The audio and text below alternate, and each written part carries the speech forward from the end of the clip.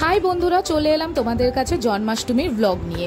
সকাল থেকে শুরু হয়ে গেছে রান্না বান্না। তো তৈরি করে নিলাম গোপালের জন্য সিমুয়ের পায়েস। মা ময়দা মাখতে গিয়ে হাঁপিয়ে গেছে বলে এবার মাঠে নামলো আমার বাবা।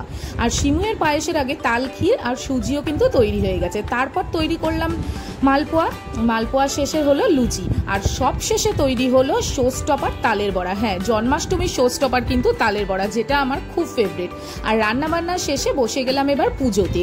আর এখানে দেখো, জন্মাষ্টমীর দিন কিন্তু পঞ্চামৃত স্নান করাতে হয়। তার জন্য আগে থেকেই দুধ, দই, গঙ্গা জল, ঘি, মধু, চন্দন সব কিছু দিয়ে রেডি করে রেখে দিয়েছিলাম। আর ভিডিওটা কিন্তু চুমকু করে দিয়েছে আমাকে।